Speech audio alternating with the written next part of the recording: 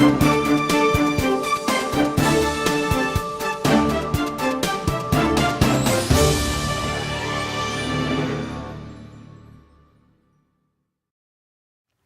afternoon to you, and thank you so much for finding time to be with us today. The show is Diaspora Dispatches, where we get to bring you the latest news from across the continent of Africa, and we shall start. My name is Miriam Gutu. Good morning, good evening, depending on where you're tuned in today. Let's start our broadcast from the ICC, and the first trial for war crimes committed in Darfur nearly 20 years ago has begun at the International Criminal Court in The Hague. The trial began with a reading of a summary of the charges against Ali Muhammad Ali Abdi Al-Rahman, also known as Ali Kushaib. He is charged with 31 counts of war crimes and crimes against humanity relating to his time as the leader of a pro-government militia in the Sudanese region. He is alleged to have participated in attacks on civilians in 4 towns in Darfur between August 2003 and March 2004. He denies the charges. The ICC has also issued an arrest warrant for Sudan's former President Omar al-Bashir on charges of committing genocide and war crimes in Darfur. And Tunisia's members of parliament face charges that may carry death sentence for attending an online session of the suspended parliament last week, legal and political figures have said. The session was condemned by the Tunisian president as a failed coup attempt. The legislators stand accused of having attempted to change the political system and to cause disorder, said a former member of parliament, Samir Dilou, who attended the session, as quoted by French language realities website on Monday. The former dean of Tunisian lawyers, Abdelrazek El Kilani, has announced the creation of a national committee to defend the MPs and raise public awareness of the serious charges they face, according to a radio station's website in Tunisia last Friday. Several members of parliament, including the leader of the Islamist Al-Hadar party, Rachid Ghannouchi, was summoned by the anti-terrorism unit after they attended the online session. And Somalia's spy agency warned about an alleged plot by Al-Qaeda-allied Al-Shabab militants to attack the president and the prime minister in Somalia. The National Intelligence and Security Agency, NISA, said in a tweet that it had briefed the nation's leaders on the plot being hatched by Al-Shabab mafia. The agency did not provide further details, but said that it was pursuing everyone involved. The warning comes amid a political crisis in the country. Due to the much delayed indirect elections, Al-Shabaab has also intensified attacks across Somalia. The group recently attacked a heavily fortified airport complex which houses United Nations office, foreign embassies and various diplomatic missions in the Somalia capital, Mogadishu. And a section of Rwandan refugees living in Mozambique have begun their return home after nearly 3 decades since they escaped the 1994 genocide. Between April and June 1994, an estimated of 800,000 Rwandese were killed in the space of 100 days. Millions others fled to neighboring countries. The Mozambican authorities estimate that there are about 3,000 Rwandan refugees living in the country. Many of them now believe that the situation that forced them to leave their country has changed. The Rwandan government is supporting the refugee reintegration program, the return to volunteer, and some 19 refugees will this week be flown back home. One of the refugees said that they were confident of the peace in Rwanda and were returning home after spending 8 years in Mozambique. And France has called for an international investigation into reports that hundreds of civilians have been killed by government troops and Russian mercenaries in Mali. The EU and the US have made similar calls related to the deaths in the central Mora region. On Friday, the Malian military said it had killed more than 200 Islamist militants during the 10 days of fighting in the area. It has not been possible to verify independently who killed who and by whom. Mali denies mercenaries from Russia's Wagner Group are helping it fight an Islamic insurgency.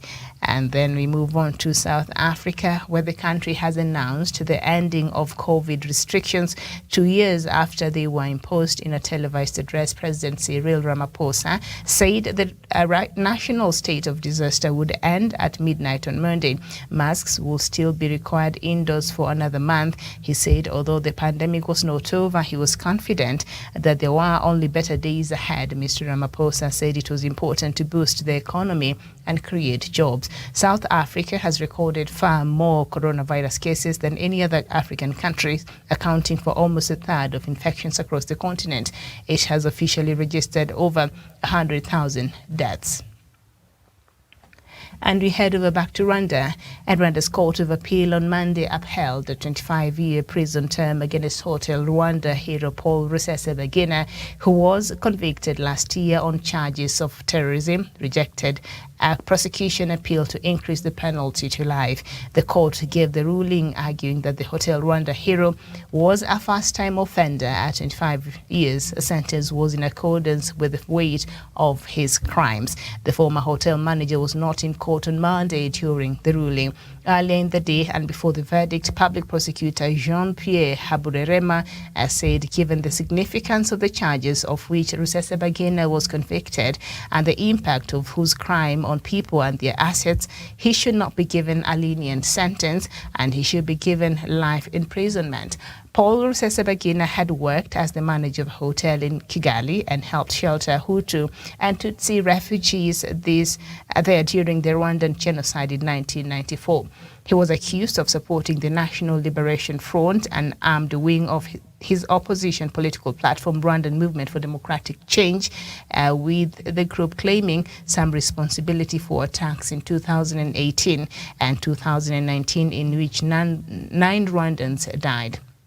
But Rusesabagina denies responsibility, and of course now the 67-year-old was arrested in 2020 in August, and afterwards he described as a kidnapping from Dubai by the Rwandese authorities. And that is where we end our broadcast this afternoon. Well, I think the situation in Tunisia, we've talked about it here. So I'll not get too much into the nitty-gritty of it, but we know that President Said, I think he continues to, he continues to put this country in a very precarious position.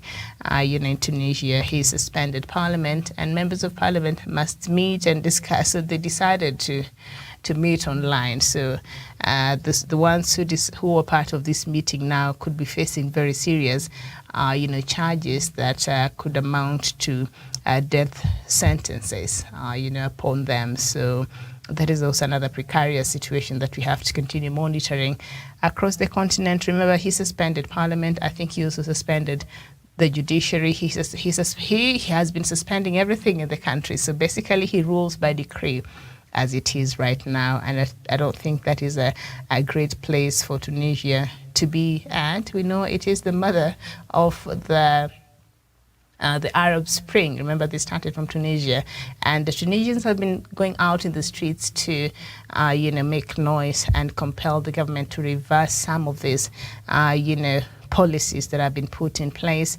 And President Said has not been very keen in doing that. So I think he keeps pouring some petrol over this fire. Sooner or later, it just might blow off, and the situation in Tunisia might not be very good. You remember? Yeah, because when he keeps doing this, the next thing you know, the army, when these people go to the streets enough time, like we've seen in a few other protests across the Middle East and some African countries, and indeed some other parts of the world, when they go to the streets, enough times, the army will be forced, through maybe some other interest, the army will be forced to go, and he will be made to resign. He will be made to write his resignation speech, and he will have to read it over a live broadcast if he's not very careful. I think the army at some point will be forced to step in, but that is the situation in Tunisia. So let's see if at all, those those members of parliament who attended that meeting online will be meted with that very punitive, sentencing there. Well, the story of Paul Rusesabagina, the one I concluded with, that's something else. Of course, the prosecution wanted life imprisonment. He's said to have been, sponsoring a group that was participated in some, killings that claimed about 8 lives between 2018 and 2019. They attacked. This group, the opposition wing, is called the National Liberation Front, an armed wing of his opposition political platform, Rwanda Movement for Democratic Change. So National Liberation Front is an armed wing of a Rwandan Movement for Democratic Change, an opposition movement. And we know how Rwandan government has never been kind under President Paul Kagame, and he's brought so much change in Rwanda. In fact, Rwanda is just one of those countries that is a good example of when you have good leadership in place, what is possible in this continent. And we cannot take that from his contribution towards realizing where Rwanda is today. That is President Paul Kagame. But in the same token, he has led through he has been very strong-handed in how he has been leading, Rwanda. If you want to run for election as an opposition and challenge President Paul Kagame, apparently you even have to take your CV to him. He has to decide whether you're going to run or not against him. So tell me, what kind of democracy is that? So the fact that he's allied to opposition, whether these charges are fabricated or not, whether they're true or whether he participated, because even the manner in which this trial has been ongoing, it has been very, it has been shambolic. And even Rusesabagina himself has refused to attend some of these court sessions before because, some of his lawyers are not allowed to represent him, to be present in the court, and the manner in which he was interdicted back to, Rwanda, and the whole thing. And we've been following it. It has not been very fair to him, and he feels he's not been awarded a fair trial. Even when they were giving this verdict, this judgment, he was not present at the court. He refused to go. He refused to be present there. And so it's interesting, because we know how Rwandan government under Paul Kagame has dealt with the opposition in that country. It has not been very nice, and the space for democracy has been there's been a shrinkage of that, so there's no telling if these charges are true, if at all he actually did this, or just in the mere fact that he was perhaps supporting the opposition, then that could be his biggest sin. But now he's been handed over 25 years in prison, and he was arrested in August 2020.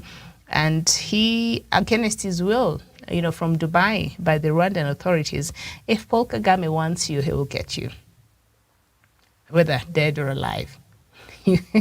From what you've seen, and the dissidents who ran away from Rwanda, maybe went to, a lot of them, South Africa and other countries, you'll just be found dead by the roadside. You'll be driving, and then, an accident happens, and that's it. So if he wants you, from the intelligence we've heard and from what we've been seeing, they will get you. The Rwandese intelligence will get you, whether dead or alive. So Paul, Rusesabagina there, and now 67 years old, has another 25 years to spend in jail. Oh my goodness, that's not very good.